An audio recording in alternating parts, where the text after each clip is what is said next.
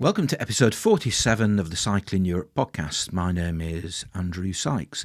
Now, I think it's a fair comment to say that most people have more stories to tell when they've finished a long distance cycle rather than before they've set off. And in past episodes of the podcast, I've tried to point my microphone in the direction of people who've completed their ride or who are at least en route. But in this episode, I'm making an exception with good reason. Nathan Molyneux is a planning manager in the food industry. He's also a great believer in the chimp paradox, an understanding of which allows you to take control of your emotions in order to act in your own best interests. This theory, developed by Professor Steve Peters, has been instrumental in the planning of Nathan's upcoming journey around the world. And it's a proper round-the-world cycle. No planes, every continent, scores of countries, and 4, or perhaps even 5 years in which to do it. I spoke to Nathan in Leeds a few weeks ago. My name's Nathan Molyneux. I'm about to set off in May cycling around the world. Now, I think your story potentially is an interesting one to listen to, because most of the people who I've certainly spoken to about cycling around the world, they've done it or they're in the process of doing it. But you're obviously at the other end. You haven't yet set off. And I think it would be really interesting just to hear about the thought processes that need to take place, the preparation, the equipment, all those kind of things, and also the things like the fears and the apprehensions that you might have, the excitement, be more positive. Before we get to all that, however, can you just talk about what you've been doing for the last 10, 15, 20, 25 years? Yeah, I can. I started my sort of academic career as a theoretical physicist at the University of York. I then moved into Leeds and an MSc there and some research at Leeds Uni. I then worked in analyst and planning work for Arla Foods. And that's where I got opened sort of up to an idea of a bit more of a global company. I think back then it was very UK-centric, but we merged with another cooperative and we then sort of went a bit more globally aligned with the ways we worked, and that gave me an opportunity to go live and work in Denmark. And so 2017 found me moving to Denmark and found myself in a very different situation of how on earth do I go about adapting into a new country. And I guess that's sort of where sort of the travelling bug really took off, because before then I wasn't really a big traveller. I liked my hiking and camping and that side of things, but I didn't really do anything that was too far out. I spent 3 weeks going around America, but that was very much fly to one city, spend a bit of time there, travel to another city, spend a bit of time there. It was not really travelling in a proper definition, I would call it now. Had you done any cycling? No, not really. I liked a lot of cycling. The only time I stopped cycling was after my bike got nicked, and that was within about 6 months of moving to Leeds. So having lived in York and not really had to worry about it, moved to Leeds, so then it got stolen, and I was like, oh. And then I basically didn't get cycling again until I moved to Denmark, which if anyone's never lived in Denmark or even visited, it is a cycling mecca. Every single road, you can now start seeing it in the UK, you can see lots of roads that got proper cycle paths next to them, so you're segregated from the road traffic and from the pedestrians. And you do get a thing called bike rage in Denmark, where a pedestrian steps into the cycle paths and you'll have a lot of Danes honking horns, screaming, shouting at you, asking you to get out of the way. And rightly so, it's a road like any other. So, did you do any cycle touring when you were in Denmark? No, and I sort of wish I had now. I came back from there to the UK in 2020 during the pandemic, which is a challenging time to travel or move house, especially across borders. The original plan then was to do my first tour cycling down the Danube. That plan was going fairly well. I was working with a friend of mine to sort of kit my current commuting bike that I use, a Cannondale. It's not really designed for bike touring, as it discovered when it went around Scotland last summer. I was going to do this nice little route. We'd converted it as much as we could to working there, but I found myself in a weird situation where, because of the lockdown, I couldn't really go anywhere, and everything sort of fell apart, and I didn't have the holidays to go do the trip I wanted, and it all went a bit wrong. So I found myself having to sort of restart and rethink this through, and I have. So just to clarify, just to make sure it's clear, you are about to set off around the world really without any cycle touring experience at all. So because I had the idea to set off cycling around the world probably around sort of Jan-Feb last year. I had the idea in our third lockdown, I think it was back then.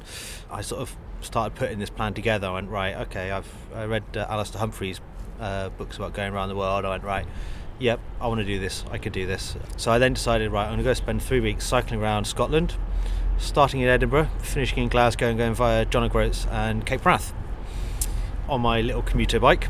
It survived the roads. Cape Wrath finished off the rim and the hub. Yeah, did you take that rough road from... I took that rough road. I went over on the ferry with my bike and all 15 to 20 kilos on the back of food and water, and it was all on the back, so I had nothing. I only had a little front bag which just carry a few electronics and stuff in, but I didn't have any front panniers or something like that. It was all on the back. The hub basically started to break, and you could see that pulling it apart. The hub bearings just got destroyed, so I needed and when I got back, and we only had like a day overnight there in Caervig, Bothy, the weather was just horrific. I went up to the lighthouse and could see nothing. I could barely see the lighthouse. So I then went back on the ferry, and when I was talking to the driver of the ferry, he said, "Your bike doesn't sound right." So he then grabbed the wheel and went, "Oh, it shouldn't be doing that." I was like, "Oh, that's the bearings." And then he went, "That hub's broken." And I went, "Oh, right, well, I'll cycle till I can get reception, and then I'll make a few phone calls." The cycling, I ended up having to cycle 60 kilometres with a bike like that. I then noticed the front bearings were starting to go as well. I was like, oh, this trip might be coming to a grand halt. Luckily, though, when I stopped at this place, there was a little restaurant there, so I could have some food and sort myself out. And there's a guy in Scoury who just fixes bikes in his own free time. So I gave him a call, and he had a spare hub and reel, and he could do the whole lot and fix it all for me. So that was good. Well, it was good. It was good that you got it repaired, but most people at this point will probably be thinking, hang on a second, I've been to a corner of the British Isles and I've had a pretty difficult time of it. Perhaps, I don't know, perhaps this cycle touring thing is not actually for me.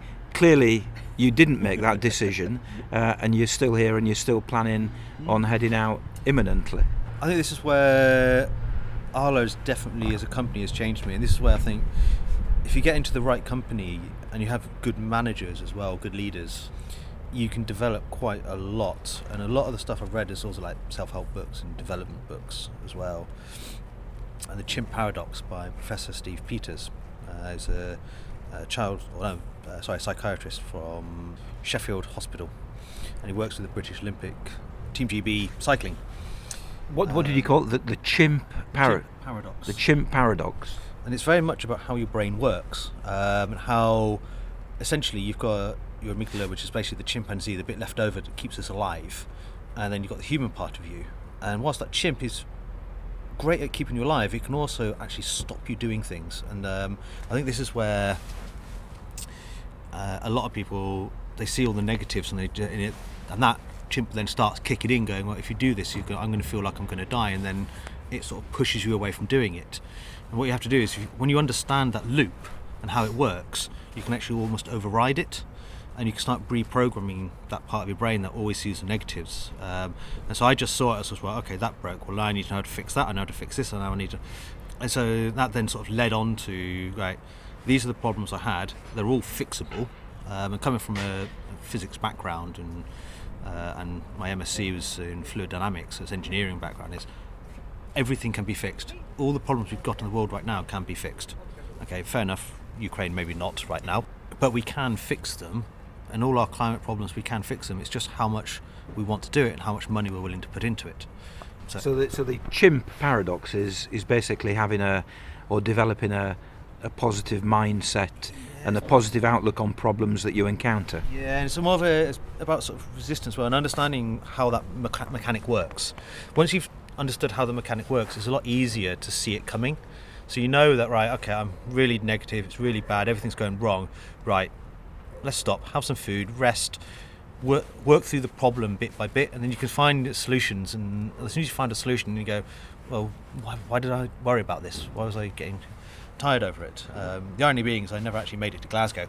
I carried on cycling, but my legs just started to get tired. I mean, even though I'm fitter than I am now, 100 kilometres, 1,000 metres of climb each day starts to really grind into your legs, and even with rest days, I was starting to struggle.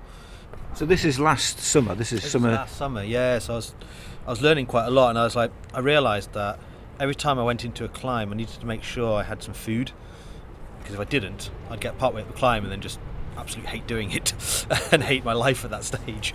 And then I also realised that around anything over a 10-degree gradient, I was going to struggle up the hill. Now, partly I had a bike that wasn't really designed to do what I was doing. It does make a big difference, but at the same time, it was a bit tough. So you now have a bit of cycle touring experience under your belt. You've hopefully learning to deal with issues when they arise, thanks to the chimp paradox, and you've got a positive outlook on life, which is, bearing in mind what you've just said, a good thing. It is still a big leap to go from basically going on a relatively short trip around Scotland, even with the problems that you encountered.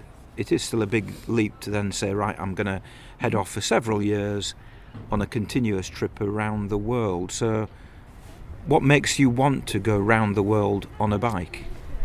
So a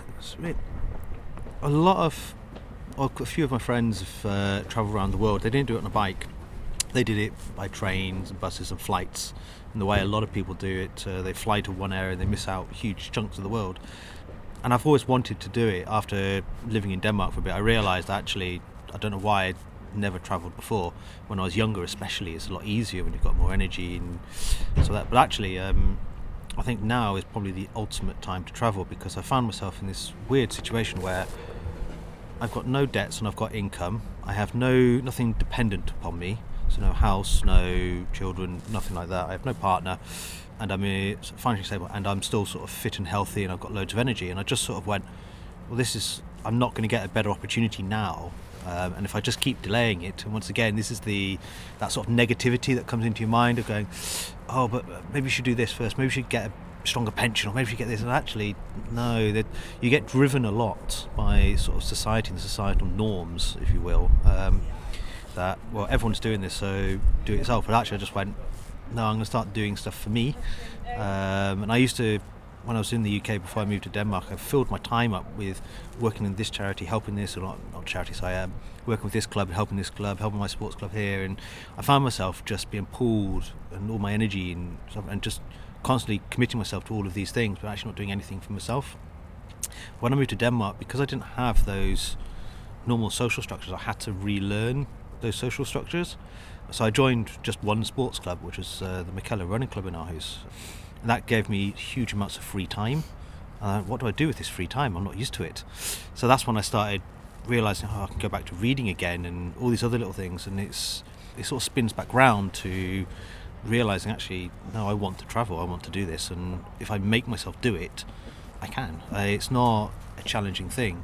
And a lot of it was just, I was sort of holding myself back. And that was down to this whole societal norms thing. And then I just went, no, I'm not going to do that anymore. And then I came up with the idea to cycle around the world. So okay, you've made your decision, you're cycling around the world, and you did allude to this a few moments ago. A lot of people, when they cycle around the world, it's a laudable thing to do, and it's a hell of an achievement. I don't think I would ever do it, but you never know, perhaps one day. But when they say cycle around the world, they actually don't mean cycle around the world. They mean cycle large parts of the world. Then very often they'll get a plane over inconvenient parts, or they'll certainly get planes from continent to continent. They might arrive in, say for example, Australia, and then fly to North America, and then across America and fly back to Europe. Your plan is actually a proper on the ground or on the water circumnavigation of the Earth without any planes, and also by more or less visiting every single continent apart from Antarctica. from what I understand. I'd love to go to Antarctica as well, but okay, there's a bit more planning and probably a bit more of a budget that I really have. Well, we'll come to that. Yeah. Well, can you talk through you may want to use my notes if you've forgotten it, because I've listed them here. I know it very well. Can you talk through the route that you will be taking as it stands at the moment? Obviously, things change, but as it stands in the beginning of March 2022, what is your route, your planned route?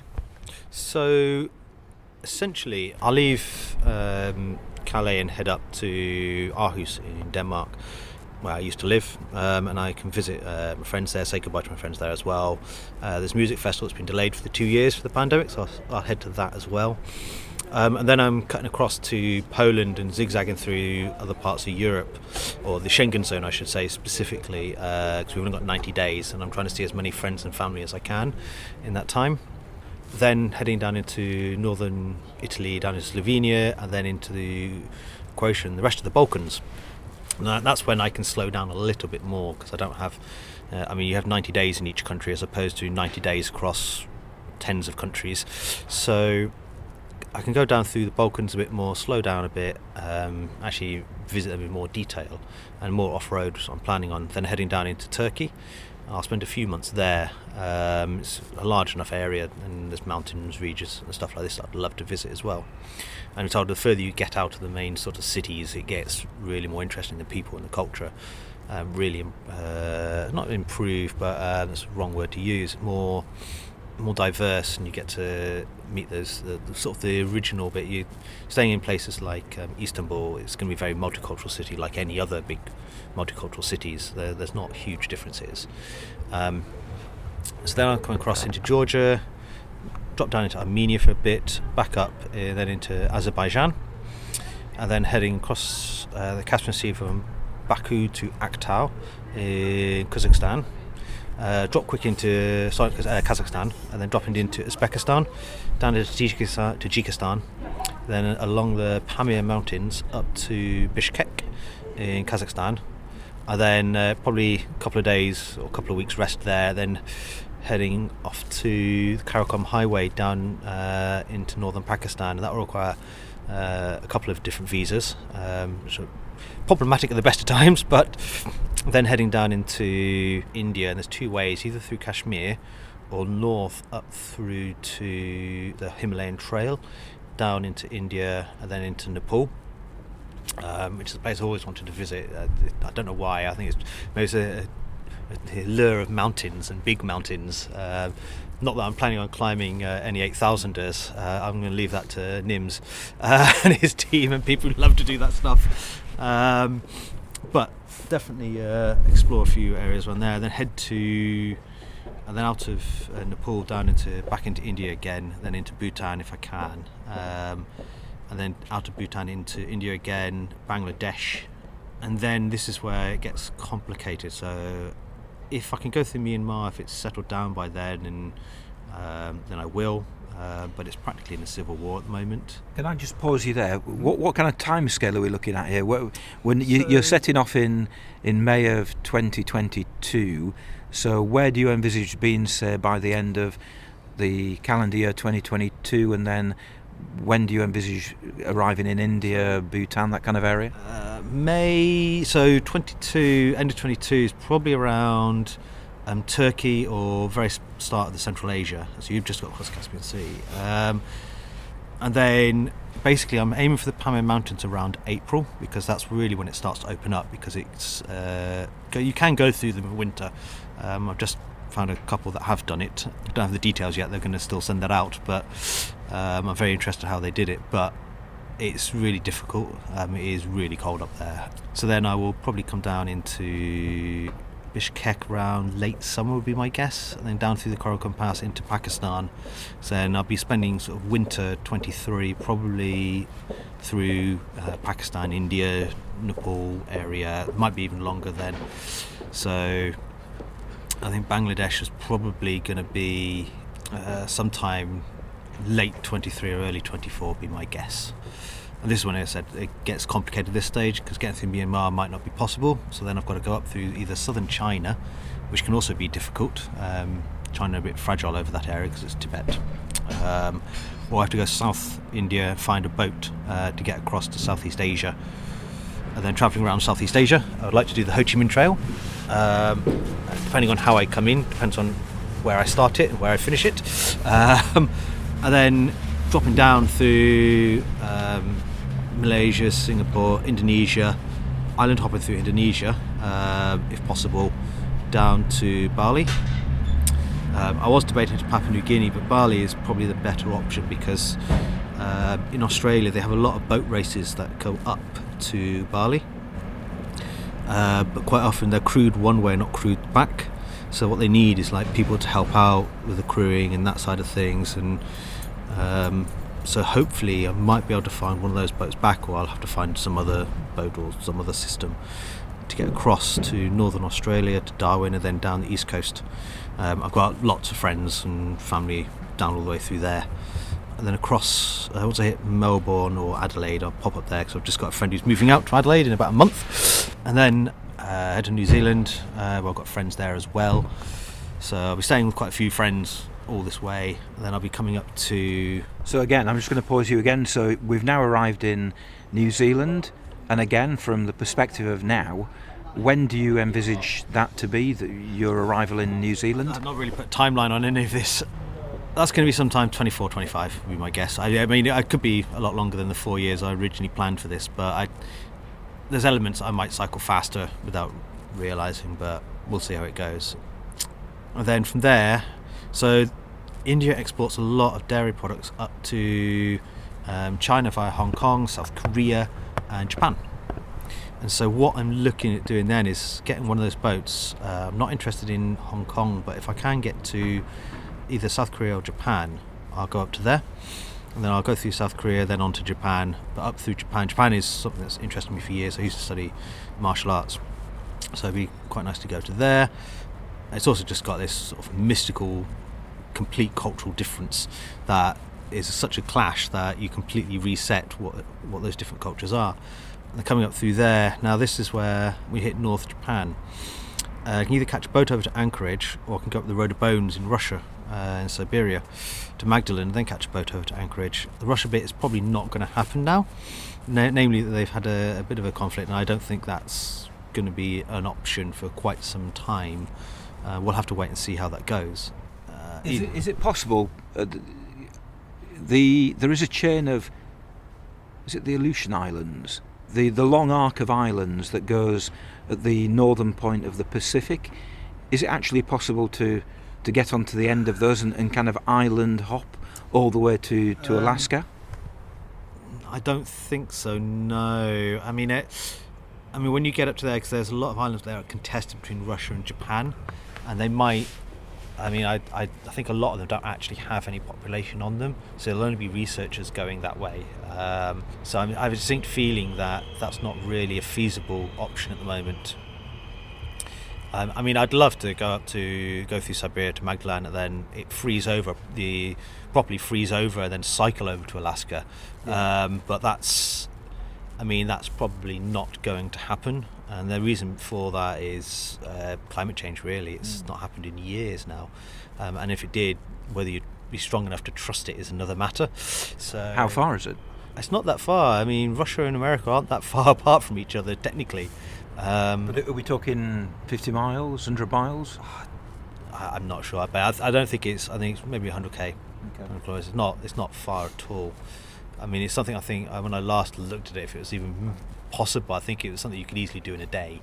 It does depend a little bit how much you're sliding on the ice, because I might not have ice tyres. So, but that's always a possibility. So once you hit Alaska, then basically coming from Alaska down into Canada, where I've got family on my mother's side there, quite a lot. And then so coming down through there, probably going to do the Great Divide all the way down into through the US. Into Mexico, although I'll be coming off because I've got friends in LA, somebody else south of LA somewhere, I can't remember the name of it now. Do all these friends know that you're about to turn up on their doorstep, or have you mentioned it? So some of them do, some don't. So, but I mean, as I start setting off, and I'll have a chat to these people and stuff like this. So usually when I mention it, the first thing they do is offer a place, so it's not a major problem. And then head down to down through Mexico or Central America, down into South America. I've got a friend in Colombia as well who I will hopefully go to meet if she's still there. If she's not, then she said she'll set me up with a load of people who I can stay with as well. And then basically all the way down through there's several different routes and so forth. I haven't really decided. I want to go if you're over that side of the world, I want to head into Ecuador and go to the Galapagos Islands, just because it's there. I do scuba diving as well, so it's an opportunity. You've got to take these type of things. It's not every day you go to the other side of the world. Then coming all the way down into Argentina and then into Ushuaia.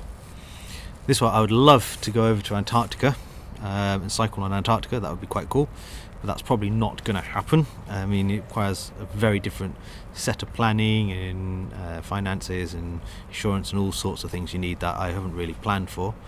And then so I'll probably have to go back up to Buenos Aires and then from there find a cargo ship over to South Africa. And then basically, whilst you can go up the east coast of Africa, once you've hit the Middle East, it becomes quite challenging, that area at the moment. So I'm probably going to have to go up the west coast. It takes longer, but that would mean a bus journey across Nigeria, because they're not giving visas to cycle across Nigeria at the moment.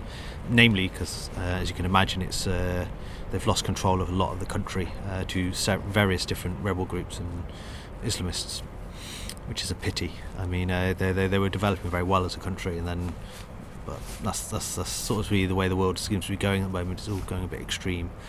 Coming up through there into Morocco, then into Spain, and then up. So maybe a little diversion to Portugal, because I do like Portugal. Basically, you're practically home by the time you get to Portugal. Now, I've just reached for my phone because you mentioned cycling on Antarctica. Now, yes. On Friday of last week, I went down to London to interview Tim Moore, the travel writer, some of it cycling, some of it not, and I went down to the Royal Geographical Society, and they've got an exhibition all about Shackleton when he went to the Antarctic on his doomed mission with the... they're trying to find his boat, if I remember correctly. They are. Endurance, I think. The Endurance, yeah. And when I got home, I watched the film version with Kenneth Branagh, and I did notice that one of them they took a bicycle with them to Antarctica, and I looked it up, and this is on Wikipedia. It was a chap called Thomas Ord-Lees, who was a bit of an eccentric, apparently. He took the bicycle with him, and this is quoting from Wikipedia. He had a keen interest in physical fitness, and he took his bicycle on the expedition. After the ship became trapped in the ice, he frequently took cycling trips on the ice. On one occasion, he spent over 2 hours on his bike outside the ship, and Shackleton was sufficiently worried to send a search party to look for him. Shackleton ordered him not to leave the ship unaccompanied after he became lost while searching for food and encountered a fierce leopard seal.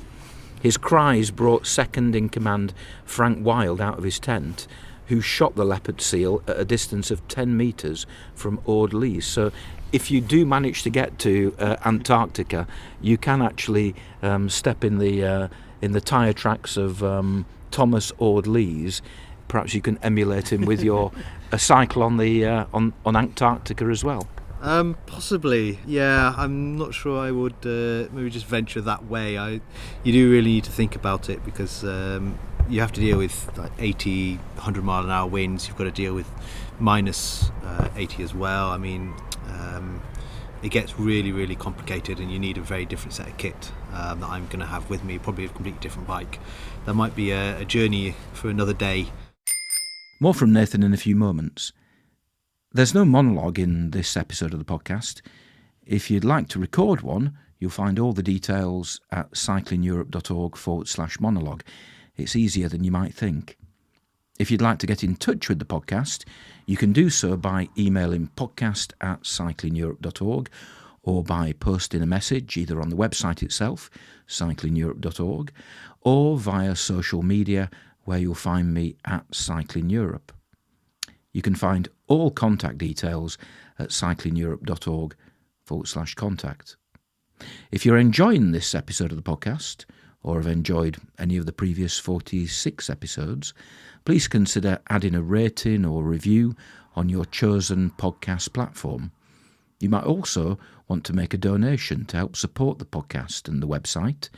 Details as to how to do just that can be found by visiting cyclingeurope.org/support.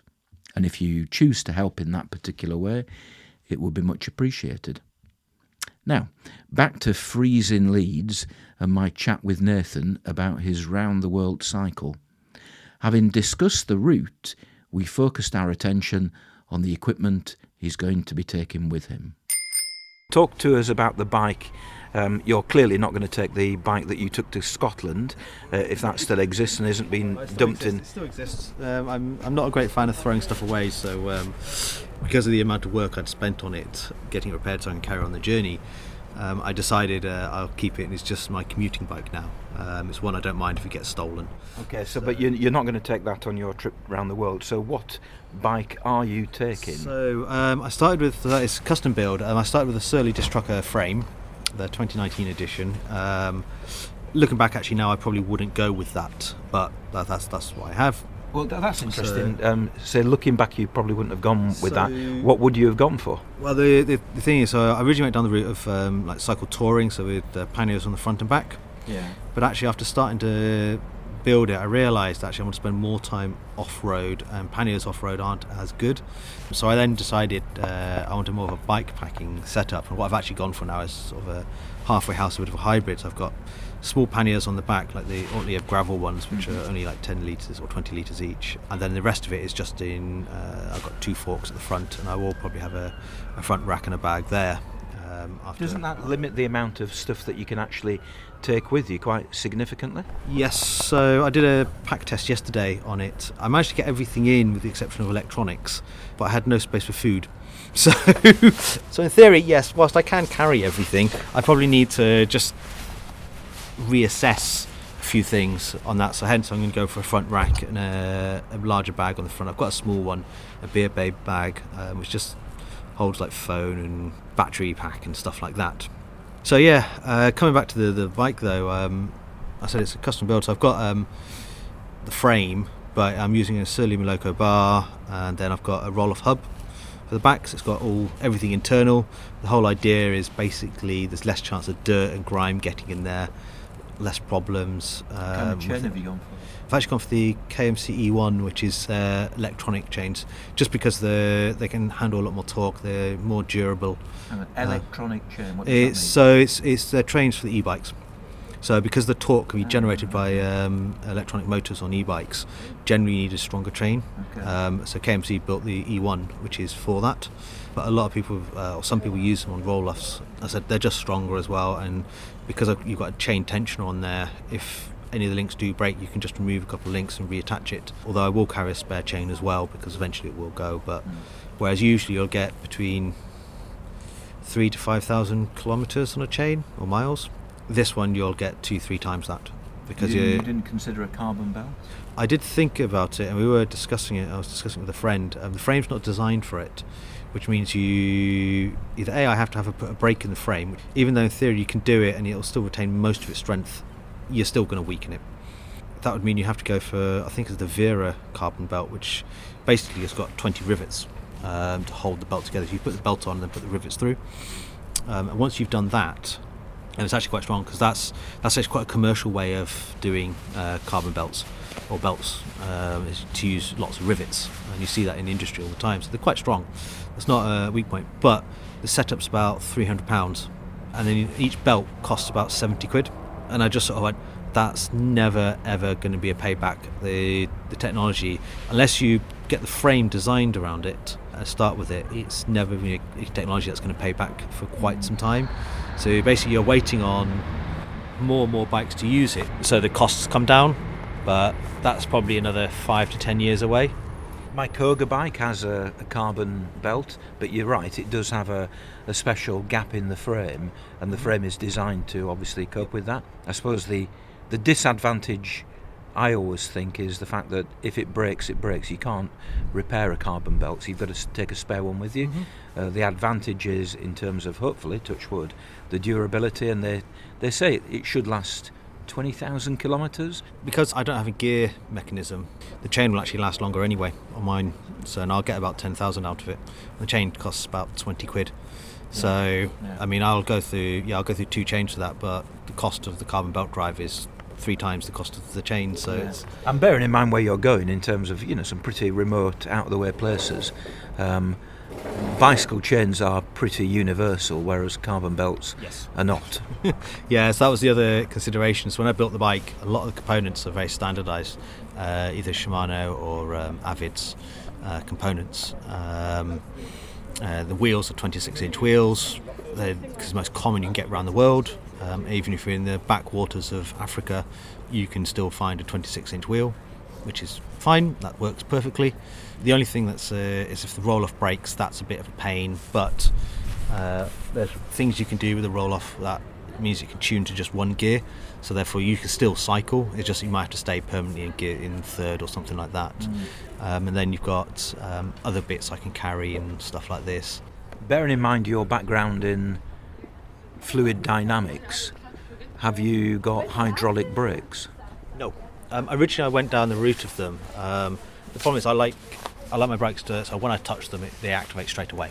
And I find hydraulic brakes don't react that way as well. If you do have a problem with hydraulic brakes, you need a lot more tools to repair them. So syringes, all sorts of other things, whereas I don't need to carry that with a metal brake or mechanical brakes. So I just have some spare pads and a spare cable, which works perfectly. So that's the bike. How about the rest of the stuff, including the tent? So when it came down to the tent, I was oohing and ahhing a lot. I have a 2-person tent, Helm 2, which is by Wild Country, which is a sub-brand of Terra Nova, who build some very, very good tents. And this tent has served me absolutely brilliantly for years, but it is over 3 kilos once you've got the footprint in there. And I just sort of went, I could do something a bit lighter. So then I was looking at MSRs, and they've got the Hubba Hubba, which is the most common one used by cycle tourists, I think. And then you've also got the latest one, which is the Freelite 2, which is lighter still. I mean, it was I think the Hubba Hubba came in at just under 2 kilos, and the Freelite was about 1.5, somewhere in between there, with a footprint. And I was like, wow, okay, that's really light, but it's not very strong. And I also looked at a few Hillebergs. One of the ones the Hilleberg actually went with in the end was a Sulo. It's just a single person, but because it's still round like many others, or circular, or almost circular, you actually have a lot more space, and then you realise you don't lose that much space versus a 2-man. So it still came in about 2.5 to 2.7 kilos, so it's not much lighter, but its durability is something that's brilliant. It's technically a 4-season tent in the UK. I mean, you can probably use it if you stake it out correctly. You're probably looking at it should easily be able to handle minus 30, minus 40, winds up to 80, 90, 100 miles an hour. People take them out in the UK in 100 mile an hour winds quite comfortably. So I'm pretty confident that tent's going to be a more durable one to go with, especially for some of the areas I want to go to. So, any other notable bits of kit that you perhaps you're particularly proud of, or you particularly think are worthy of mention? What wouldn't I say go proud of? A lot of people have the MSR Whisperlite. I chose not to go down that. Is that a tent? No, it's not a tent. MSR Whisperlite is a stove. It's a multi-fuel stove. I did look at that, but I decided not to go down that. I went down the route of the Soto Stormbreaker. It's a bit more expensive. Actually, a lot more expensive now. I think you can pick up the Whisperlites even second-hand quite cheap. But it's a multi-fuel stove, but its starting mechanism is a lot easier as well. So there's no little tricks you have to do in that side of things. It's a lot simpler to start. It heats itself much better, but it also can do gas, which is very useful, or propane or butane, which gives you a lot more flexibility as well, which is something I was after. So I've now got more flexibility with that, so I can just carry gas, or I can carry and get petrol or whatever fuel, or white fuel, whatever I need wherever I am.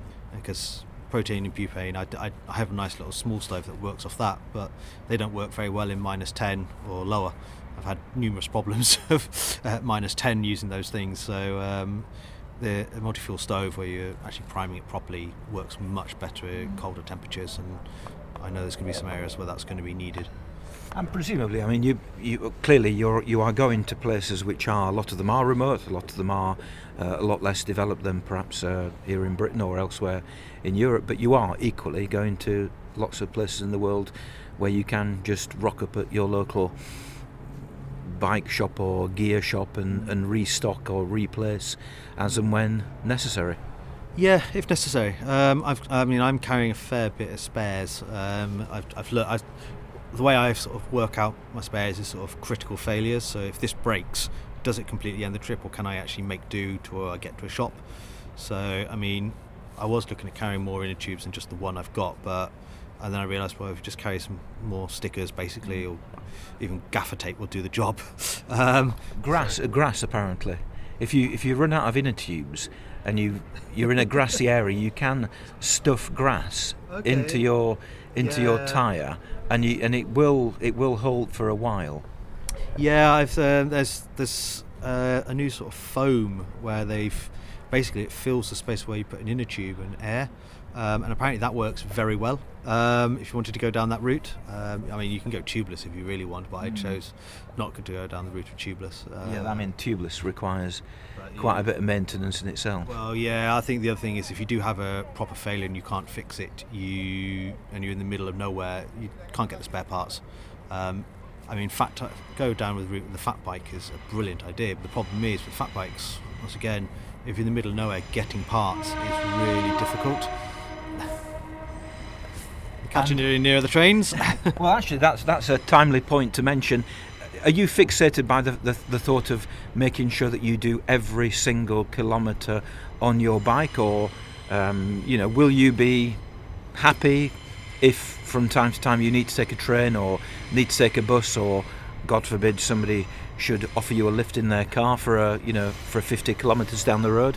Is that an option or something that you've discounted? No, I don't mind that. There's some areas like Nigeria you've got to take with a bus at the moment. So they'll only give you a 5-day transit visa, which is not enough time. I mean, you might get a day or two in the capital city, but you've got to go straight on. And then you've got going down the Karakoram Highway. China doesn't like people cycling parts of it. I'm not sure why. I don't know if they've had some problems in the past there. That region's still it's not quite a hotbed, but it's an area where no one really has full control, because no one really puts an army or anything. There's no harm. No one does any harm in those areas. I think there might be one random warlord who just causes a bit of mayhem occasionally. But other than that, it's quite a calm area. I have no problem using buses and trains. I actually quite like trains. Buses I'm not so much a fan on, but trains I do like. Might even catch trains in India for a bit as well. See how long I can get there, visa-wise. Well, you live in Yorkshire and you live in Leeds, so using northern trains is good training for for the rest of the dilapidated world of trains. I wouldn't knock our trains too much. Living in Denmark, Danish trains are terrible. They're slower than our trains, which is hard to imagine. They are nicer to sit in. The seats are wider. It's got a wider gauge, so they can have bigger carriages, or wider carriages. So they're second class, like sitting in our first class, but they are really, really slow. A good example is from Aarhus to Copenhagen. It's about the same distance as Leeds to London, but it takes 2 hours to get from Leeds to London by train. It takes 3 hours to get from Aarhus to Copenhagen by train. That's how much slower they are. So it's quite shocking, really, to see these problems. When you come back, you can clearly get a job in the PR department of Northern Trains. Right. Their bike policy is brilliant. Basically, cram as many as you can on. This is Northern Trains. Yeah, it's Northern Trains. Yeah, it's not like others. We've got a book now, which I don't mind booking, but it's when others haven't remembered to book, it becomes a major problem, because you'll end up with too many trains on the bike because they don't check them. I agree there. It is one good thing about Northern Trains is that you just turn up and you put your bike on and nobody quibbles and nobody argues with you. Now, we're talking a trip here which is potentially 4 or 5, who knows, perhaps even longer than that in terms of duration. You've mentioned at various points there the visa issues that you might have. Are you simply at the stage where you're aware of the fact that at some point you'll have to go and find an embassy or a consulate and sort your visa out? Or are these things that you have actually actively tried to look into before you set off? Is it worth doing that? I've done a bit of reading and so that, but essentially you can't really apply them. So most visas, from when you issue, you've got to get into the country within 6 months. So, and considering you don't need visas all the way through to, I think you can get through Georgia without a visa. I think you might need a visa for either Armenia or Azerbaijan. I'm not sure. I can't remember off the top of my head. But essentially, you don't really need to worry too much about it. It's when I get really to Central Asia, that's when the paperwork bureaucracy becomes a bit of a nightmare. Although Kazakhstan is now a lot better than it used to be. I think it offers 60 days without a visa, which is brilliant. I mean, they've realised that, Kazakhstan's basically a climbing mecca. So if you love climbing, it's a brilliant place to go because they've just got mountains everywhere. And they're starting to realise that tourism is actually a really good way of getting a lot of money in, and it gets money into very odd areas. So if you've got an area which is quite poor but it's got really good climbing and there's lots of families who live in yurts and stuff, you can actually go live with these families in yurts and you pay them. And what happens is basically you're giving money directly to the local economy, which, as tourism goes, that's the type of tourism you really want to do. That's the type of travelling that's really good for local communities. It helps build money into there. It gives them an economy. I mean, it allows them to lift themselves out of poverty, make sure children get into education. There's all those little things that people don't realise. Actually, when you travel, you really want to stay away from resorts and bigger places, and actually look for those small places where you can stay with families and so forth, because it brings them on so much more and helps them on. And can you sort visas out at the border? Do you envisage just turning up at the border and filling a few forms in and hoping for the best? Yeah, there are some places where you can do that as well. There's quite a few places you just pick up by the visa on the day as you hit the border. So it's not a major issue. I mean, Egypt's a good example of that. You buy your visa there, it's like €10 or $10, or I can't remember now. It's been a while since I've been to Egypt, but you just literally rock up and you just get it. And that side of things, it's not a major. I'm not worried too much about visas. I mean, there are some countries which are incompatible, and I've applied for a second passport to help me with a few of them. But we just have got to wait and see how that goes. But it also depends on you can go along with one route, but it only takes Russia to invade Georgia, then suddenly I've got to go a completely different route and find myself going, right, okay, now I can't go that way, so I'll have to go this way and go do something else. So, How far do you think the entire trip will be on the bike? Well, I've sort of estimated between sort of 40 and 60,000 would be my guess, but I've not really worked out. I'm not really fussed about that. So. Now, Stephen Fabes, when he went around the world I think it took him 4 years, he was a medical doctor. He gave up his job, went around the world, and although he clearly couldn't practice as a doctor when he was going around the world, he did stop and do things which were connected to that world of a caring profession. There will be presumably long periods when you're cycling around the world where you stop in one place or where you travel very slowly.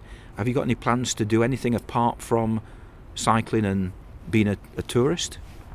Yes, well, not directly. I haven't really planned them all out yet. But essentially, I will go sort of helping or working with some charities as I go around, a combination of environmental and humanitarian. I'm looking at specifically sort of some refugee charities as well. But as I said, I've not really done a lot of research into that area yet. That's something I will probably start doing more en route.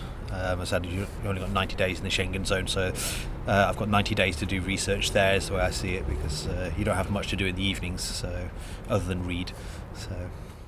And how will you be communicating? Do you plan on taking any kind of devices with you apart from a phone in order to sort out your visas, in order to communicate and to find out about the various places or the organisations that you could be working with? Will it just be a phone? Pretty much only a phone. Yeah, I mean, you don't really need much more than a phone these days. So on that side of things, similar sort of for navigation as well. But I do like a good map for navigation. I suppose what a lot of people will be thinking, I mean, you mentioned earlier the fact that you are in a not a unique position, but you are a person who came to the conclusion it's either now probably or never, because you're at a sweet point in your life where you don't have commitments, but you're in a position to be able to stop doing the job that you're currently doing, but also that you're still fit enough to do what you're about to do. But a lot of people will still be thinking, well, this takes a serious amount of cash. You don't, from what I understand, you don't have sponsors. Can you give us some ideas about the budget that you have in mind? So, yeah, I didn't go down the route of sponsors, mainly because if you go down the route, then there's certain things you've got to do for the sponsor all the time, and I just went, I don't want to be doing any of that. That's just more that I've been working 9 to 5 for over 20 years now, and I just went, no more please. So what I've basically got is, I was actually saving for a deposit on a house, and the luxuries of working on expat contracts as well, they're usually very lucrative, not as much as they used to be, but mine was one of the last sort of good ones available at the time. And so what I've done, essentially I've got maybe somewhere between 14,000 and 50,000 in investments, and that will just pay out, and then I'll have, the target is to have about 10 grand in cash. Now that sounds a lot, you don't actually need that much anyway. Alistair Humphreys did it he did it about 20 years ago for about 7,000. I think I'm probably only covering a similar distance or areas to him, maybe a little bit more because I'm going through some sort of mountainous regions. But I think once you sort of you're on the ground, you get out of the really expensive areas like Europe, Australia, Japan, America, North America anyway, it becomes very cheap to live, and if you're camping everywhere. So you can do it on, I said he did it on 7. There's definitely been some people who've done it on a lot less than that. There's one woman going around the world on, I think it's about $10 Australian a day, which is about £1.50. After a while, it does become a lot cheaper. You just learn where to go to get stuff that's on the cheap. You don't go to the modern restaurants and stuff like this. You'll find the little backwater places that the locals know about, or the locals will take you there as well. That makes it a little bit easier and cheaper, and that's sort of the way I'm going with the whole thing. I'm trying not to go out, eat out every day and eat coffee and cake every day, although I don't mind good coffee and cake. So the whole idea of doing that is the costs really start to come down, and that side of things. And the plan is never to return until you actually cycle back into Britain. I'll leave and then I come back, and then I won't be going back out again. And how, your family, what was their reaction when you revealed this to them, and they basically are going to be saying goodbye to you for 4 years? Fine. It's not unusual. So as I said, a lot of my family have moved abroad, so I've got a lot of uncles and aunts living all over the world. So it's not unusual for the family just to disappear for long periods of time and not see each other for a long period of time. It's the same with myself. When I was in Denmark, I only came over really to see family maybe once a year, and it's just because it's such a difficult journey from where I was living in Denmark to get down to Cornwall. I mean, I can get to London quicker than I could to Cornwall, just because the flight network's not designed that way. It's designed around major cities. And when you hit the southwest, there's no major cities in the southwest. So, do you think that anybody from Britain will come out to visit you or cycle with you? I've got friends who say they are thinking about it, but it just depends on where I am and what their plans are and that side of things. As I said, I've got friends moving out to Australia as well, so it's quite possible I might be in certain places where we overlap. And I've definitely got a couple of cycling friends who are potentially interested. One of them started on a world tour, then it all went a bit wrong for him, but he might come out for bits of it as well.